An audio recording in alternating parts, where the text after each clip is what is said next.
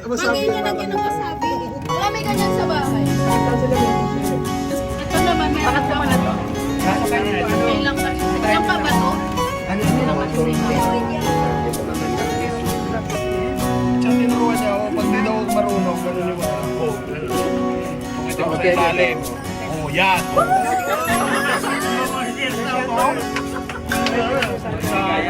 Si Ben. Pasok kayo. Sino pa yun?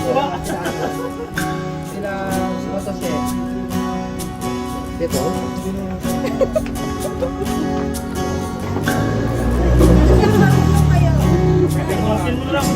Ito ah, helpet ko yan ah. Ito yung lalaki mo ito sa himpapakyo mo.